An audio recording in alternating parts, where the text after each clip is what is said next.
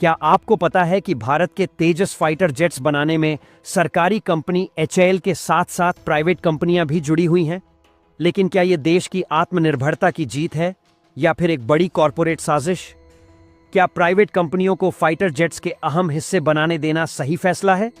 आइए इस वीडियो में इस रात से पर्दा उठाते हैं। लेकिन आगे बढ़ने से पहले फटाफट इस वीडियो को एक लाइक जरूर कर दीजिए और हमारे चैनल को सब्सक्राइब जरूर करें ताकि आपको ऐसी ही धमाकेदार खबरें सबसे पहले मिलें। दोस्तों, भारत में फाइटर जेट्स की ताकत लगातार बढ़ रही है और इसका सबसे बड़ा उदाहरण है तेजस फाइटर जेट। हाल ही में बेंगलुरु में रक्षा मंत्री राजनाथ सिंह की उपस्थिति में हिंदुस्तान एरोनॉटिक्स लिमिटेड एचएएल को तेजस मार्क 1A के अहम हिस्से सौंपे गए। लेकिन ये हिस्से सिर्फ एचएएल ने नहीं बनाए, बल्कि प्राइवेट कंपनियों ने भी इसमें बड़ा योगदान दिया है।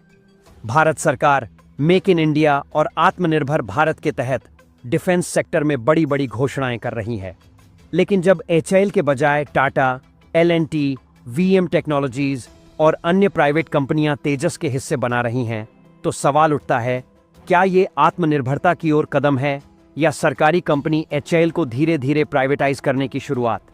एचएएल ने तेजस मार्क 1A के लिए L and T, Alpha Tocol, Tata advanced systems, VM technologies और लक्ष्मी मशीन वर्क्स जैसी कंपनियों को ऑर्डर दिए हैं। इसका मतलब यह हुआ कि अब सिर्फ सरकारी कंपनी ही नहीं, बल्कि प्राइवेट इंडस्ट्री भी भारतीय फाइटर जेट्स बना रही है। लेकिन इसका दूसरा पहलू यह भी है कि भारतीय वायुसेना पहले ही एचएएल की धीमी गति को लेकर सवाल उठा चुकी है। 2006 और 2010 में हुए कॉन्ट्रैक्ट के तहत भारतीय वायुसेना को 40 तेजस मार्क 1 लड़ाकू विमान मिलने थे, जिनमें से 38 मिल चुके हैं। लेकिन असली दिक्कत तेजस मार्क 1A को लेकर हो रही है। फरवरी 2021 में एचएएल को 83 तेजस मार्क 1A बनाने का 46,898 करोड़ रुपए का कॉन्ट्रैक्ट मिला था, लेकिन अभी तक पहला भी डिलीवर नहीं हुआ। क्या आप जानते हैं कि तेजस में इस्तेमाल होने वाले G404 इंजन अमेरिका की कंपनी जनरल इलेक्ट्रिक से आते हैं? और यही इंजन समय पर न मिलने की वजह से भारतीय तेजस लड़ाकू विमान प्रोजेक्ट में लगभग 2 साल की देरी हो चुकी है। तो क्या भारत का डिफेंस सेक्टर अब भी विदेशी कंपनियों पर निर्भर है?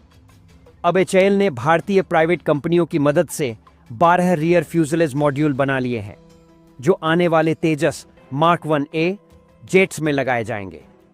इससे उम्मीद की जा रही है कि 2025 से 2026 तक एचएएल तेजस विमानों की डिलीवरी तेज कर पाएगा।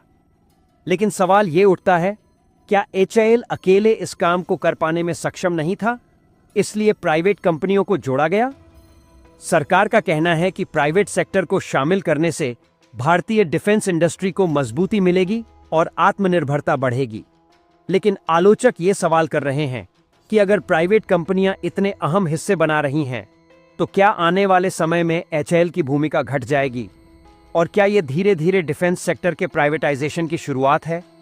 तो दोस्तों, सवाल बड़ा है, क्या भारत सही मायनों में आत्मनिर्भर हो रहा है या फिर प्राइवेट कंपनियों को बढ़ावा देने की आड़ में सरकार एक नई रणनीति अपना रही है?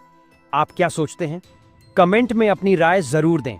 अगर आपको ये वीडियो पसंद आया हो तो लाइक और शेयर जरूर करें और ऐसी ही चौंकाने वाली खबरों के लिए हमारे चैनल को सब्सक्राइब करना न भूलें।